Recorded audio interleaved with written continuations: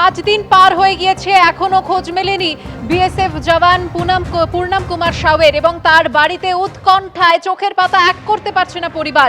তার অন্তঃসত্ত্বা স্ত্রী এবং ছেলে আজ পূর্ণাম কুমার সাউয়েরই কর্মস্থল সেখানে পাঞ্জাবের পাঠানকোট, সেখানে রওনা দিচ্ছেন। তার সঙ্গে থাকবেন পরিবারের আরো কয়েকজন। P4 insulated water tanks, kitchen and bath fittings, বিশুদ্ধ জল, সুস্থ জীবন, P4 আজীবন। গতকাল কেন্দ্রীয় স্বরাষ্ট্র সচিবের সঙ্গে বিএসএফ এর ডিজি বৈঠক করেন, আর আজ তার স্ত্রী এবং ছেলে সহ পরিবারের বেশ কয়েকজন পাঠানকোটে যাচ্ছেন। বিস্তারিত জানবো, চলে যাবো আমাদের প্রতিনিধি ব্রতদীপ ভট্টাচার্যের কাছে। ব্রতদীপ, দেখো, এই মুহূর্তে দেখতেই পাচ্ছ আমরা সেই পূর্ণাম কুমার সাউয়ের বাড়ির ভিতর রয়েছি। তার বাবা রয়েছেন এবং স্ত্রী রয়েছেন, এবং কিছুক্ষণ পরেই পূর্ণাম কুমার সাউয়ের স্ত্রী অন্তঃসত্ত্বা অবস্থায় রয়েছেন। এই অবস্থাতেই তিনি রওনা দেবেন পাঞ্জাবের উদ্দেশ্যে। কারণ তার যেটা বক্তব্য, 6 দিন পার হয়ে গিয়েছে কিন্তু এখনও পর্যন্ত তার স্বামীর কোনো খোঁজ পাওয়া যাচ্ছে না। গতকাল বিএসএফের আধিকারিকরা এসেছিলেন, কিন্তু তারাও শুধু আশ্বাস দিয়েছেন যে তিনি ফিরবেন, ধৈর্য ধরতে হবে। কতদিন ধৈর্য ধরতে হবে এই প্রশ্নের উত্তর খুঁজতেই কিন্তু মূলত তিনি পাঠান করে যাচ্ছেন। আমি একবার কথা বলার চেষ্টা করব। কালকে তো মূলত তারা এসে কি বললেন যে আরো সময় লাগবে, ধৈর্য ধরতে হবে নাকি? জি, আপনি আজকে কি চাইবেন?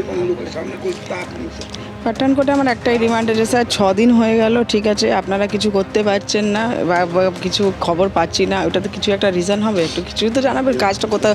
কেন দেখো সবাই বলছে ডিপার্টমেন্ট থেকে কন্টিনিউ ওনাদের চলছে, প্রসেসিং চলছে, ফ্ল্যাগ মিটিংও চলছে ওদের, কিন্তু ওরা ওইখান থেকে আসছে না। তো মিটিংটা কাকে নিয়ে ওরা করবে ওটাও আমি কথাগুলো বুঝতে পারছি, কিন্তু আমি এইটাও জানতে চাইছি স্যার, 6 দিন হতে চলো, আমি আর পেশেন্স রাখতে পারছি না।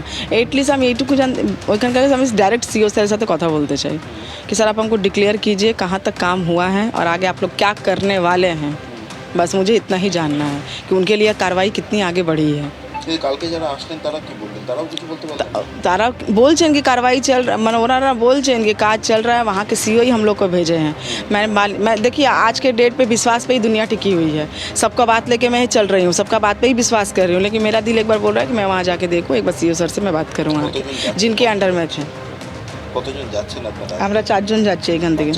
হ্যাঁ সরি 5 জন, বাচ্চাকে নিয়ে 5 জন। কিন্তু আপনি এই অবস্থায় মানে অন্তঃসত্ত্বা অবস্থায় এত দূর কি করে যাত্রা করবেন? কিছু করার নেই, এখন হাজব্যান্ড আছেন স্যার, ওনাকে আগে দেখতে হবে আমাকে। আর যদি পাঠানকোটে গিয়েও একই রকম শুধু আশ্বাস পান, কোনো সঠিক কোনো খবর না পান, তারপর দেখি ওইখান থেকে দিল্লি যাব আমি। দিল্লি গিয়ে দিল্লি গিয়ে ওইখানে কথা বলবো, কার সাথে? দেখি কার সাথে হেল্প পাই আমি ওইখানে। এখন তো বলা যাচ্ছে না, ওইখানে গেলে তো খবর পাবো কার কাছে গিয়ে হেল্প পাবো আমি। অর্থাৎ শুনতেই পারলে যে আজকে তিনি প্রাথমিকভাবে পাঠানকোট যাবেন নিজের 8 বছরের ছেলেকে সঙ্গে নিয়ে, এবং তিনি নিজেও এখন অন্তঃসত্ত্বা অবস্থায় রয়েছেন। অত্যন্ত ঝুঁকি নিয়েই তিনি যাচ্ছেন, কারণ তার যেটা স্পষ্ট বক্তব্য যে গত 6 দিন ধরে তিনি শুধু শুনে যাচ্ছেন যে সরকার পূর্ণাম কুমার সাউকে ফেরানোর জন্য চেষ্টা চালাচ্ছে, কিন্তু সেই চেষ্টা চালানোর পর 6 দিন পার হয়ে গেলেও তার আর কোনো খবর পাওয়া যায়নি। শুধুমাত্র একটি ছবি পাওয়া গিয়েছিল তার, সেই ছবিটার পর আর তিনি কি অবস্থায় আছেন, কোথায় আছেন, কোনো রকম কোনো সংবাদ তিনি পাচ্ছেন না। তাই সেই উৎকণ্ঠায় তিনি রাতের ঘুম হারিয়েছেন। গতকাল বিএসএফের যারা আধিকারিকরা এসেছিলেন তারাও শুধুমাত্র আশ্বাস বাণী দিয়েছেন, কিন্তু কোথায় পূর্ণাম কুমার সাউ, কবে তাকে ফেরানো হবে সেই বিষয়ে কোনো রকম সদুত্তর পাননি। তাই আজকে সেই সদুত্তর খুঁজতেই পাঠানকোটে যাবেন, এবং শুধু তাই নয়, পাঠানকোটে গিয়েও একই রকম যদি পরিস্থিতি হয়, অর্থাৎ সেখানে গিয়েও যদি শুধু তিনি আশ্বাস পান যে তিনি কী অবস্থায় রয়েছেন, সঠিক কোনো ইনফরমেশন না পান, তাহলে সেখান থেকে তিনি দিল্লিতে যাবেন। সেখানে গিয়ে প্রধানমন্ত্রী, স্বরাষ্ট্রমন্ত্রী, এমনকি রাষ্ট্রপতির সঙ্গেও দেখা করার ইচ্ছা প্রকাশ করেছেন এই পূর্ণাম কুমার সাউয়ের স্ত্রী।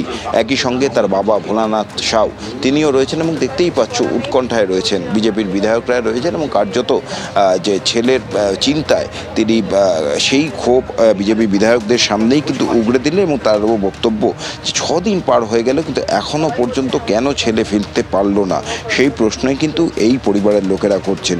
শুধু আশ্বাস মিলছে এবং পরামর্শ আসছে যে ধৈর্য ধরুন, সরকার চেষ্টা করছে, কিন্তু কতদিন ধৈর্য ধরতে হবে তারা উৎকণ্ঠায় রয়েছেন। কারণ তাদের যেটা বক্তব্য যে তারা কি সরকার কি ব্যবস্থা নিচ্ছে, কিভাবে হচ্ছে সেই নিয়ে কোনো রকম তথ্য তারা পাচ্ছেন না। তাই আজকে পাঠানকোটে গিয়ে, অর্থাৎ যেইখানে কর্মরত ছিলেন পূর্ণাম কুমার সাউ, সেইখানে গিয়ে পাঠানকোটে বিএসএফের হেডকোয়ার্টারে যাবেন এবং সেখানে সিইওর সাথে প্রথমে দেখা করবেন তার স্ত্রী, এবং তারপর সেইখান থেকে কোনো সদুত্তর না মিললে সেখান থেকেই, অর্থাৎ পাঠানকোট থেকেই তিনি সরাসরি চলে যাবেন দিল্লিতে গিয়ে সেখানে প্রয়োজনে প্রধানমন্ত্রী, স্বরাষ্ট্রমন্ত্রী এবং রাষ্ট্রপতির সঙ্গে দেখা করে স্বামীকে ফেরানোর আর্জি জানাবেন। কিন্তু যেমনটা বললাম, অন্তঃসত্ত্বা অবস্থায় নিজের 8 বছরের ছেলেকে নিয়ে আজকে এই রাজ্য থেকে পাঠানকোটে রওনা দিচ্ছেন এখন পূর্ণাম কুমার সাউয়ের স্ত্রী, এবং তার বাবা এবং পরিবারের বাকি লোকেরা তারাও কিন্তু উৎকণ্ঠায় রয়েছেন। এখন এটাই দেখার যে কতদিন আর লাগে এই বিএসএফ জওয়ানকে তার বাড়িতে ফিরতে।